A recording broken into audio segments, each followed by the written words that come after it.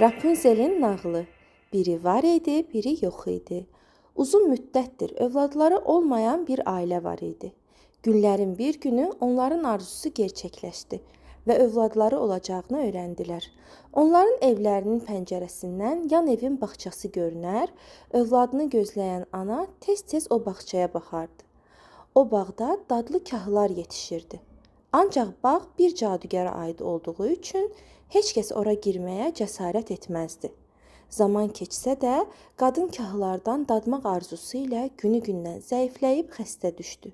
Qadının vəziyyətini görən həyat yoldaşı gecə gizlicə bağa girib kahlardan götürdü. Qadın bütün kahları yesə də kifayətlənmədi və daha çox istəməyə başladı. Əlacsız qalan həyat yoldaşı yenidən bağa getdi. Amma bu dəfə cadugar onu gördü və qışqıraraq "Bağıma girməyə necə cəsarət edirsən?" dedi. Qorxuya düşmüş adam həyat yoldaşının vəziyyətindən cadugara danışdı. Cadugar dedi: "Bağdakı bütün kahları götür. Əvəzinə uşağını mənə verməlisən." Adam başqa əlacı olmadığını gördü və cadugarın təklifi ilə razılaşdı. Tezliklə gözəl bir qız uşağı dünyaya gəldi. Cadugar onu öz himayəsinə götürdü. Adını da Rapunzel qoydu. Rapunzelin böyüdüncə gözəlliyini görən cadugar onu heç kim görməsin deyə gətirib meşədə bir qalaya həbs etdi. Qala çox hündür idi və qapısı yox idi. Rapunzel oradan qaça bilmirdi.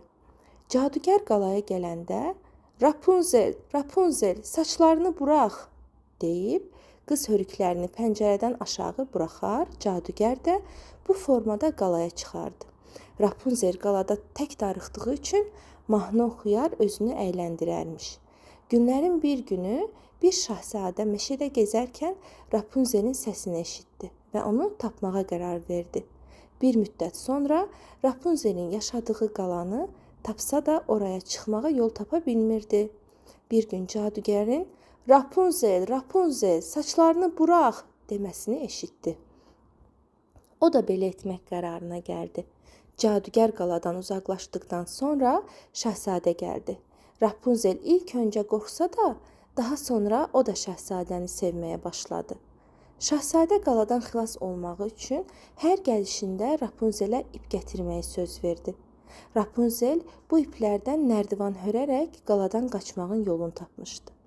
Günlərin bir günü cadugarın şahzadə ilə Rapunzelin görüşündən xəbəri oldu və onun saçlarını kəsdi. Rapunzelə cadu edərək onu uzaq bir ölkəyə göndərdi. Şahzadəyə isə tələ quraraq onun gözlərinin kör olmasına səbəb oldu. Günlər sonra şahzadə Rapunzeli səsindən tanıyıb yanına getdi.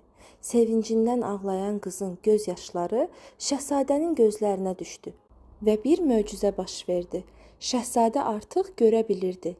Beləcə Rapunzel və şahzadə krallığa qayıtdı. Evləndilər və çox xoşbəxt yaşadılar. Bugünlük də bu qədər əziz dostlar. Sabah eyni saatda Naranın nağıllarında görüşərik. Hələlik.